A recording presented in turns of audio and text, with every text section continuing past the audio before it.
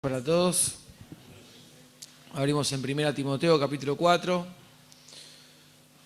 Esta carta que estamos viendo, que estamos pudiendo ver, en su momento también me tocó compartir el capítulo 1, así que puedo recordar perfectamente que Pablo le escribe a Timoteo, insistiéndole y rogándole, pidiéndole por favor que permanezca en Éfeso.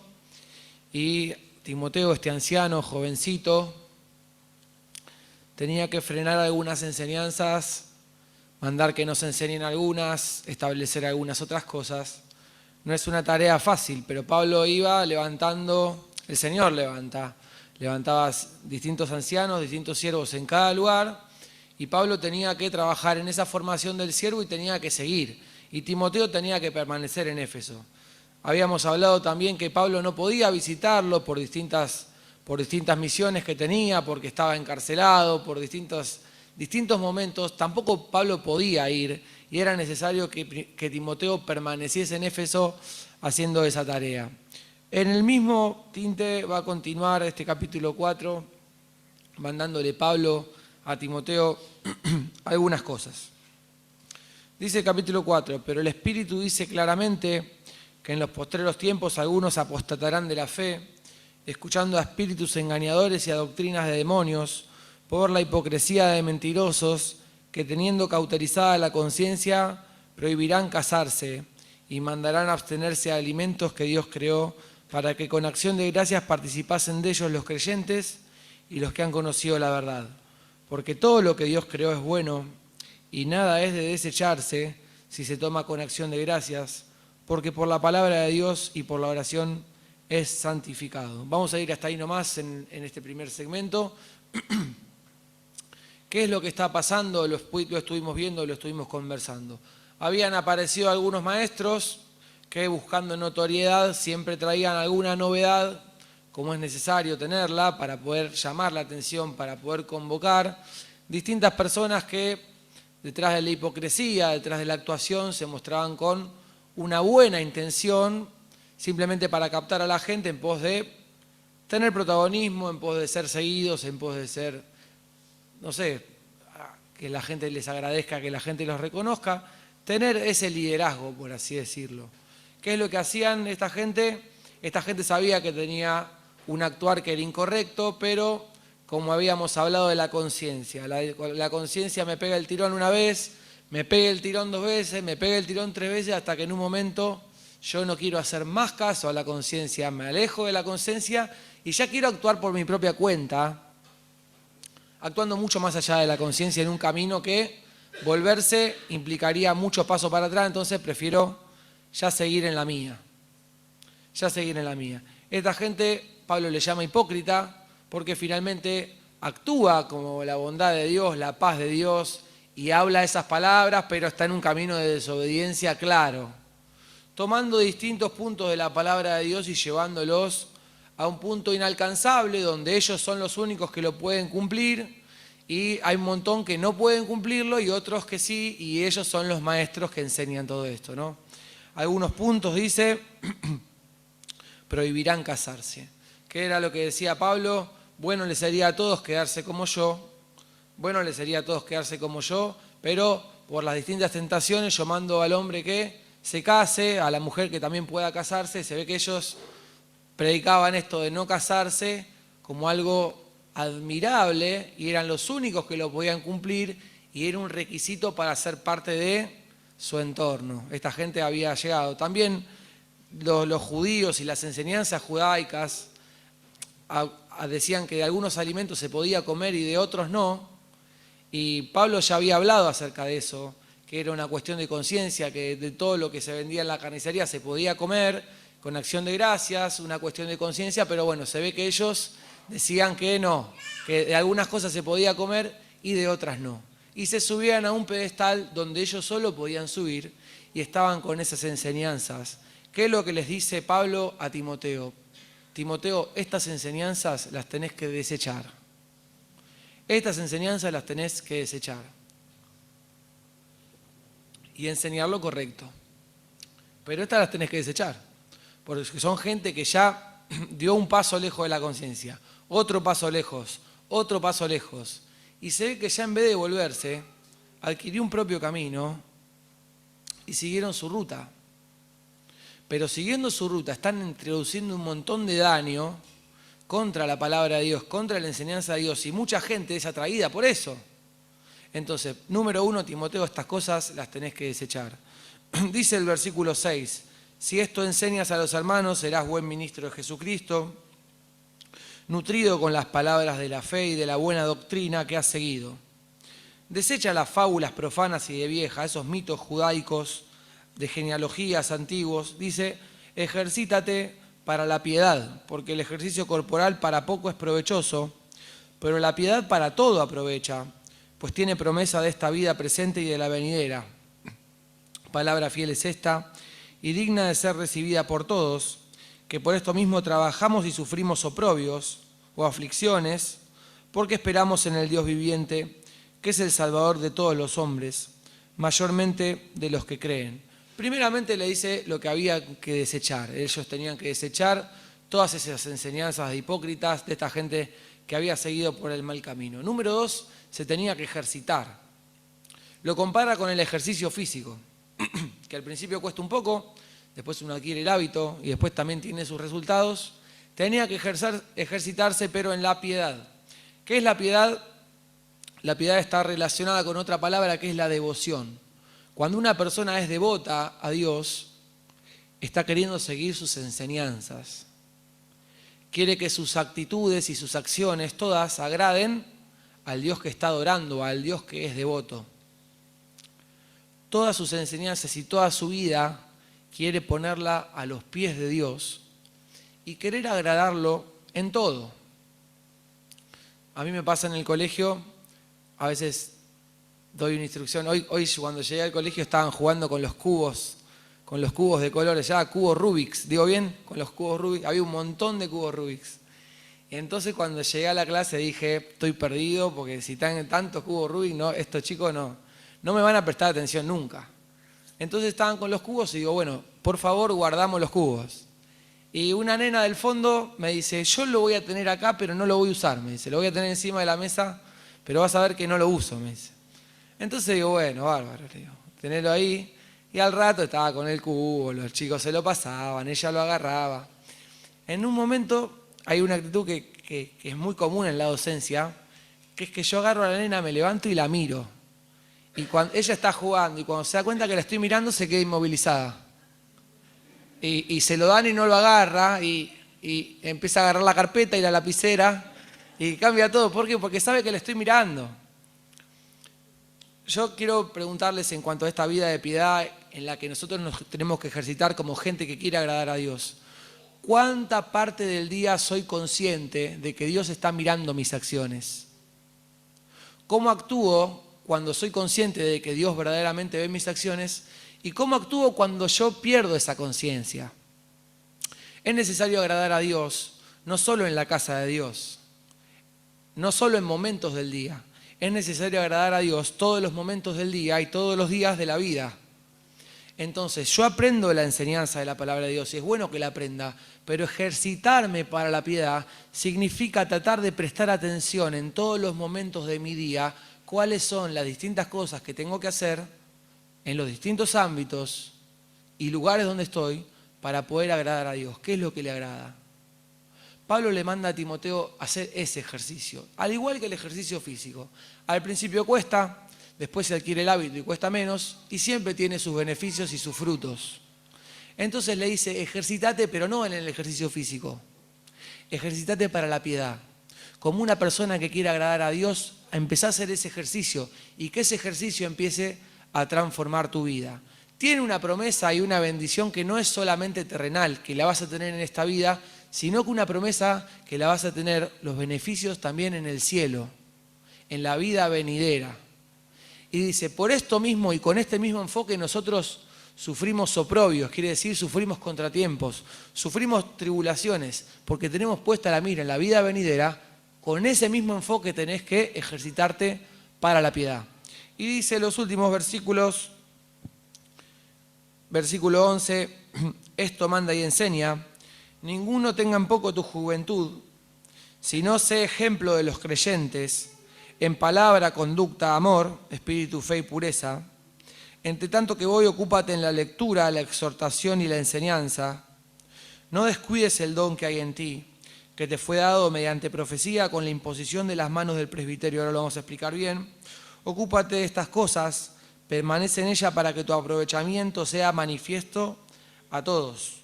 Ten cuidado de ti mismo y de la doctrina.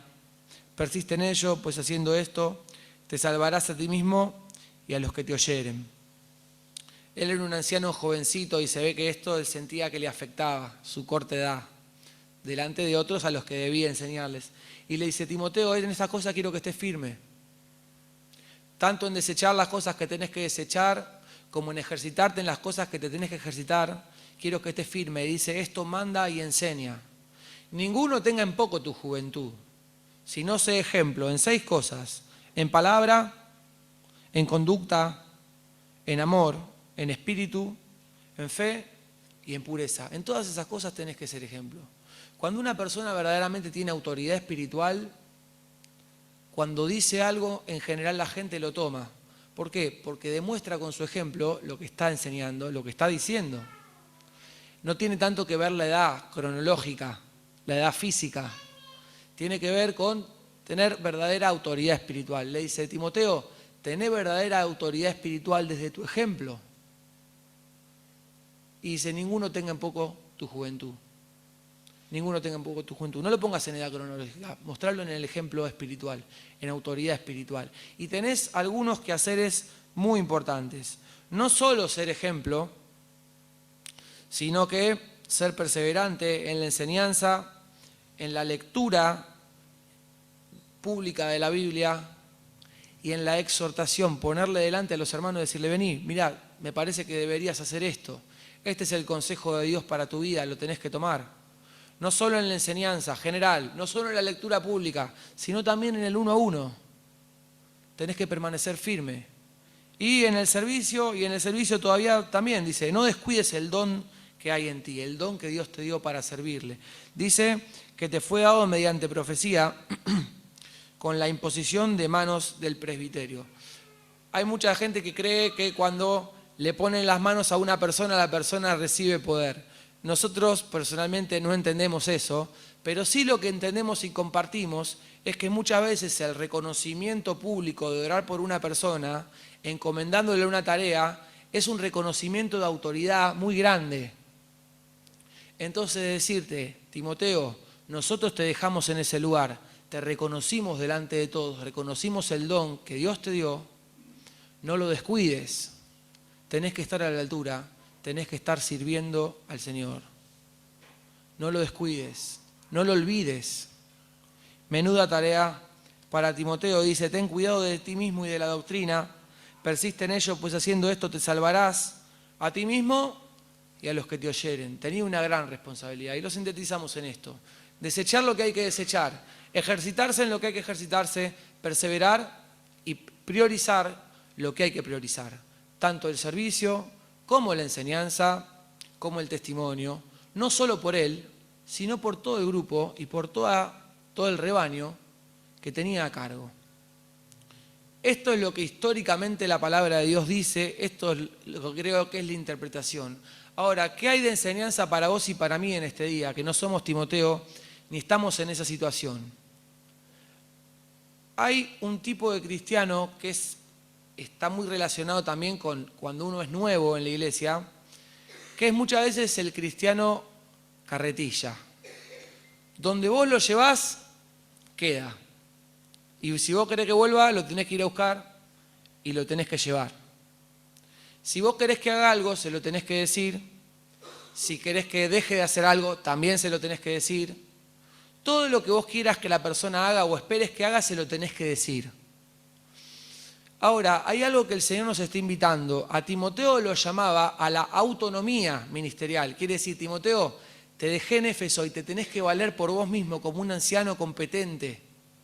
Pablo lo había dejado ahí. Pablo se podía quedar en Éfeso. La verdad es que se podía quedar en Éfeso. Pero la idea de la misión y de poder ir por todo el mundo predicando el Evangelio es que unos adquieran autonomía para que otros puedan continuar la misión en otro lado. y que Timoteo se levantase como un anciano competente, hacía posible que Pablo pudiese continuar. Y en nuestra iglesia, en nuestra realidad pasa exactamente lo mismo. Nosotros no podemos ser el hermano o el cristiano carretilla que donde voy donde me dejan me quedo y necesito que me lleven de nuevo y necesito que me digan si hago algo y si necesito que me digan si algo no lo estoy haciendo. En un momento lo que hay que adquirir es autonomía espiritual. Poder hacer las cosas no porque otro me las diga, sino por mi relación con Dios. Mi relación con Dios, autónoma, personal, me impulsa a hacer las cosas por mí mismo. Autonomía espiritual no es independencia espiritual. Acá no somos independientes. Acá estamos sujetos unos con otros. Y más todavía con las autoridades de la iglesia. Pero sí tenemos que tener autonomía espiritual. Y es necesario que algunas cosas no las tengan que decir. Sí es que cuando somos nuevos se nos dice, y es un privilegio para las personas encargadas de enseñar y poder instruir hacerlo. Pero en cierto momento, también por la misión y porque la misión tiene que continuar y otros tienen que venir, yo el lugar de nuevo lo tengo que abandonar para ser un cristiano autónomo. Y otros van a venir a ser los nuevos que necesitan que le digan las cosas, que no conocen, y ocupar ese lugar. Y nosotros tenemos que empezar a ocupar otro lugar. Es necesaria la autonomía espiritual. Tomando estos tres enfoques, ¿qué es lo que tengo que saber? Que necesito autonomía espiritual. Cuando un evangelio no es bíblico y me lo están predicando, yo tengo que tener las herramientas bíblicas para poder saber si el evangelio que me están predicando es bíblico o no, para tomar lo que me están mostrando o para desecharlo. No hace falta que venga ningún pastor a decirme, che, esto no lo tenés que escuchar más. Este predicador, lo que está predicando es muy elocuente, pero no edifica. Cuando me vienen y me promocionan una actividad, cuando me lo vienen y me lo promocionan en la escuela, vení que te invito a esta reunión, distintas cosas, distintos momentos donde nos convocan. No puede estar un anciano de la iglesia en mi casa para decirme esto no lo tenés que hacer, esto sí lo tenés que hacer. Yo como cristiano tengo que adquirir la autonomía de poder saber bíblicamente cuál es el cristianismo que está aprobado. Cuando una persona viene a hablarme y me está convocando paralelamente a la reunión del viernes, me dice, vení que nos vamos a juntar en mi casa a ver otra cosa, yo ya tengo que acordarme de la palabra de Dios y ver cuál es la motivación de esta convocatoria. ¿Cómo yo me voy a convocar y me voy a reunir paralelamente en otro lado cuando la iglesia está reunida en la iglesia? Lo tengo que identificar yo por mí mismo. No tengo que esperar que nadie me lo diga. Ya lo tengo que saber yo. Es necesario para poder desechar lo que hay que desechar. ¿Es necesario que lo haga por mí mismo? Sí, por supuesto. Y si yo tengo una familia, y si tengo una esposa, si tengo un esposo, si tengo hijos, lo tengo que hacer por mí mismo y por mi familia. Si hay otros que están a cargo mío, lo tengo que hacer por mí y por los que están a cargo mío, tengo que saber desechar lo que hay que desechar. Y mi primera pregunta en esta noche es esa. ¿Tenemos las herramientas para tener autonomía espiritual y desechar lo que hay que desechar? ¿O estamos necesitando que siempre nos estén diciendo? Esa es la primera pregunta. La segunda pregunta es esta. ¿Te ejercitás para la piedad? ¿Tenés una vida que trata de agradar a Dios? La verdad que en esta iglesia hay predicadores y enseñadores que son de provecho, nos enseñan un montón de cosas. Ahora, ¿yo trato de agradar a Dios cuando estoy en la iglesia o trato de agradar a Dios durante todas las horas de mi día? Yo tengo que ejercitarme para la piedad y adquirir esto y poder empezar a conocer y poder saber que si voy a mi trabajo y hay una situación donde yo me estoy sintiendo incómodo en cuanto a la obediencia de mi fe, tengo que poder mirar la palabra de Dios y poder conocer qué es lo que tengo que hacer, qué cosas me convienen, a qué lugares me conviene entrar, a qué lugares no me conviene entrar durante mi día, qué charlas tengo que compartir, qué charlas no tengo que compartir. Y tengo que adquirir la autonomía de poder empezar yo a tener una relación con Dios, donde Dios me empiece a mostrar y que si algo en mi vida no es conveniente o si algo es conveniente, no me lo tengan que estar diciendo, donde yo pueda, por mi relación con Dios, por la oración, por la lectura, por la reflexión, darme cuenta por mí mismo. Y de hecho, en un momento, poder conocer, que el Señor me pueda mostrar, poder tomar ese consejo de la palabra, ponerlo en práctica y un día compartírselo a otro. Mira, te comparto, me hizo bien en el viaje al trabajo, a la mañana, lo primero, escuchar un audio cristiano. Me hizo bien empezar el día de esa manera, perseverar en la palabra de Dios. Te lo comparto, porque tengo 1 hora de viaje al trabajo, no sabía qué hacer con ese tiempo, pidiendo iluminación a Dios, esto me fue provechoso, te lo quiero compartir. Y tu ejercicio de la piedad no solo es bueno para vos, sino también es bueno para otro. Pero no te pueden estar diciendo todo el tiempo lo mismo. Por vos, porque a otros están bajo nuestra influencia y bajo nuestra enseñanza, y no tienen que criar a nuestros hijos los demás, sino que los tendríamos que criar nosotros, o nuestros discípulos, o nuestros hijos espirituales. No podemos estar esperando que siempre el consejo de la vida cristiana venga de otro. En un momento nosotros tenemos que ser autónomos, saber usar la espada nosotros solos. No para independencia, como dijimos, nadie es independiente el uno del otro, pero sí para autonomía. Tengo que tener crecimiento espiritual personal, sin depender de otros en la iglesia.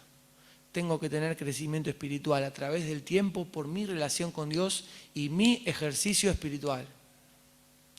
Y número 3, y muy importante, en cuanto a lo que es la enseñanza bíblica, en cuanto a es la lectura de la palabra de Dios y en cuanto a lo que es la exhortación hacia mí, hacia mi esposo, mi esposa, hacia mis hijos, no la tengo que esperar de nadie más. Tiene que empezar por mí. En cuanto a priorizar el servicio en la casa de Dios y los momentos que vamos a la iglesia y los momentos donde nosotros no hacemos ninguna otra actividad, porque nosotros estamos en la iglesia o con los hermanos o estamos en una actividad sirviendo a Dios, nadie me tiene que llamar, yo ya lo sé, por mí mismo.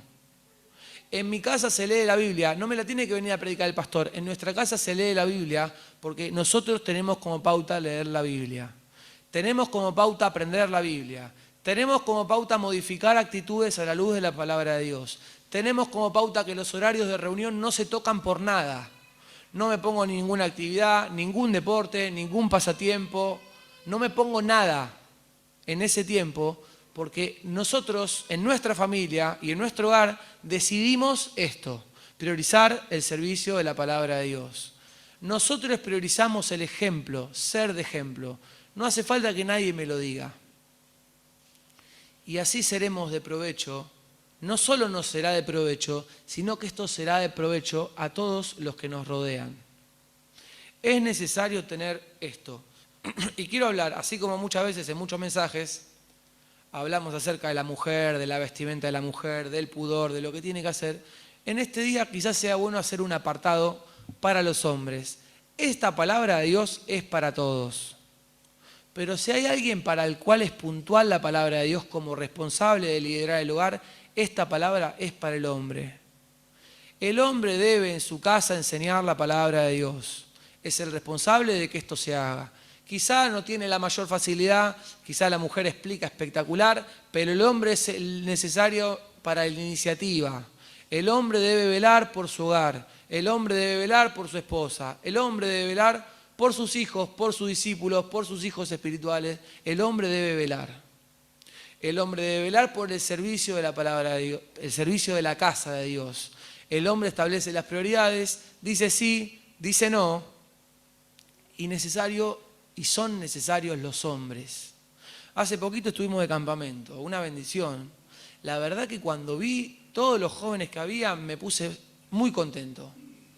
Vi muchas chicas muy centradas, chicas jóvenes, muchas de ellas solteras, muy centradas, muy enfocadas, muy dispuestas a encontrar un compañero para servir a Dios y seguirlo, sujetarse, apoyarlo, hacer todo lo que haya que hacer. Vi menos hombres dispuestos a esto.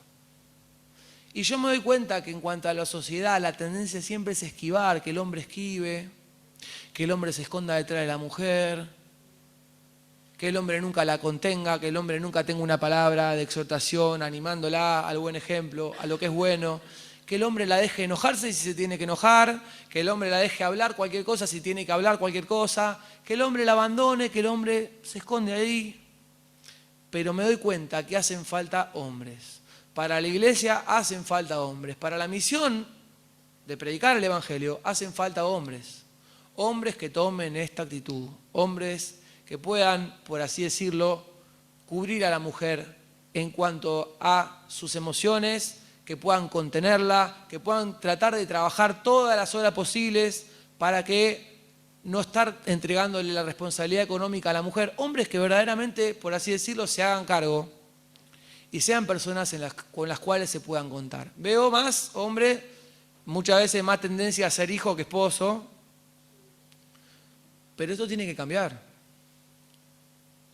Tiene que cambiar por la palabra de Dios. Yo quisiera ser competente al Evangelio. Como hombre quisiera ser competente. Quisiera ser una persona con la cual Dios puede contar y que se pueda hacer cargo de la enseñanza de su familia, que se pueda hacer cargo de sostener a su familia y de velar, para que en su casa se deseche lo que hay que desecharse, para que en su casa se ejercite en las cosas que hay que ejercitarse, para que en la casa se priorice lo que hay que priorizar y para que en la casa haya autonomía espiritual. No es necesario que nadie me diga nada. Yo ya sé lo que tengo que hacer. Es mi deber y es mi responsabilidad. Ahora, ¿por qué se te dice esto? ¿Por qué hay una gran responsabilidad en hacerlo? Porque en abandonar la autonomía espiritual hay un perjuicio de tu vida. El necio pasa y recibe el daño. Si vos no sos autónomo por vos mismo, no vas a tener siempre a alguien que te lo esté diciendo. Te tenés que poner de pie. La falta de autonomía te aleja de la madurez, te aleja de las bendiciones, te aleja de los objetivos que tiene para vos Dios. Tenés que adquirir autonomía espiritual.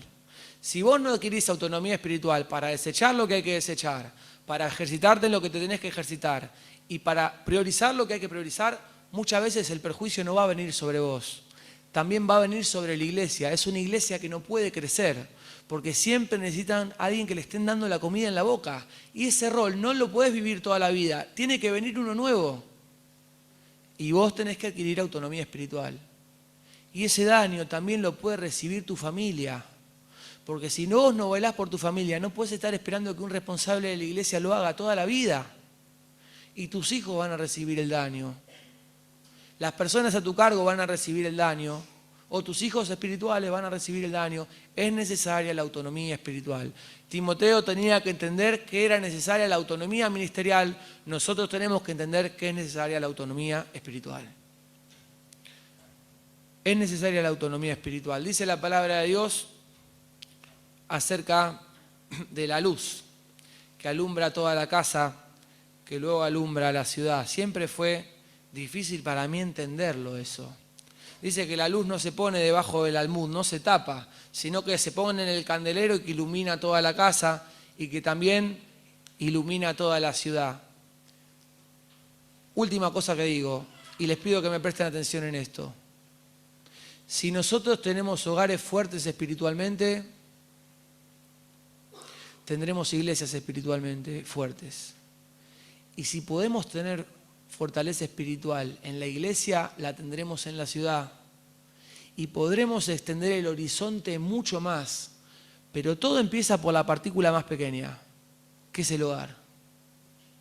Es necesario tener cristianos autónomos espirituales. Y la pregunta que te quiero hacer en esta noche es, ¿estás dando pasos hacia la autonomía espiritual?